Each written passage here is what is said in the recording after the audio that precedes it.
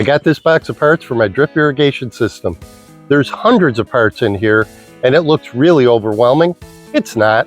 It's really easy to do, and I'm going to show you how to do it today on The Everyday Man. The first thing you want to do is go online and print out a copy of this. So you see I have it lined up here. The first is your timer, then you need a backflow preventer, then you need a filter, okay, then you need your pressure regulator, and then finally you've got a connector which connects your hose. Okay, here we are at the faucet. The very first thing is the timer. The next is the backflow. Next, we're going to put the water filter in. All right, so we screw on the pressure regulator, not too tight. And now, screw this on here. Now it's time to lay out the main water line. This is 1/2-inch poly tubing. It kinks very easy, so for a sharp bend, like this one going around the pole, I need to add a simple 90-degree right angle fitting. It cuts very easy with garden shears or even a pair of scissors. All the fittings for the drip irrigation system press together by hand and they won't pull apart even under water pressure. I'm running the 1/2-inch tubing along the sides of the vegetable plants. I want to keep it out of the way of my rototiller when I weed the garden in the future.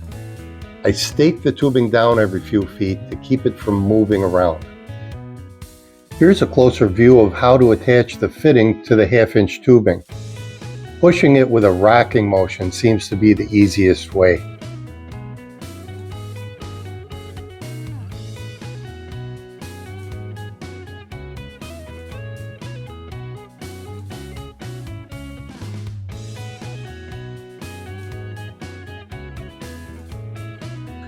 So I elbowed it at the end, I put a stake in the ground, and I ran it right down there.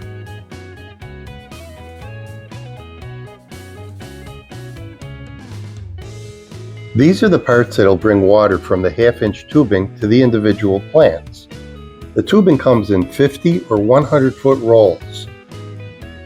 The stakes are used to hold the tubing securely to the ground. Straight 90-degree angle and T-shaped connectors are used to direct the tubing, and the emitters distribute water in either 1/2 or 1 gallon per hour measurements. The mini sprinklers can distribute the water in an 8-directional fan shape. I can go directly from here to the stem, or I can go off a little bit to the stem. So if I estimate that, it's about there. Punch your hole in it, and it pops in really nice.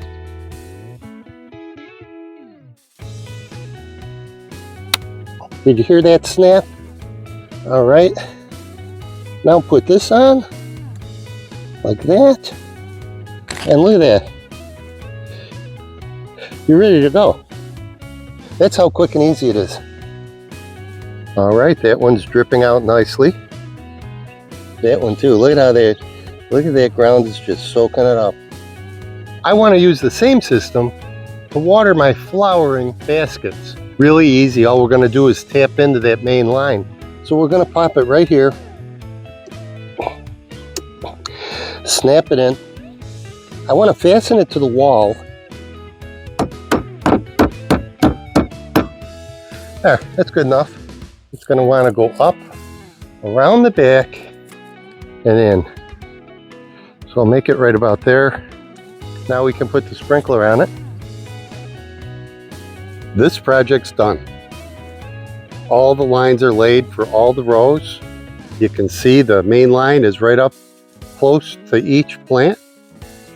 In addition to that, we've got our flower baskets hooked up to the same water line.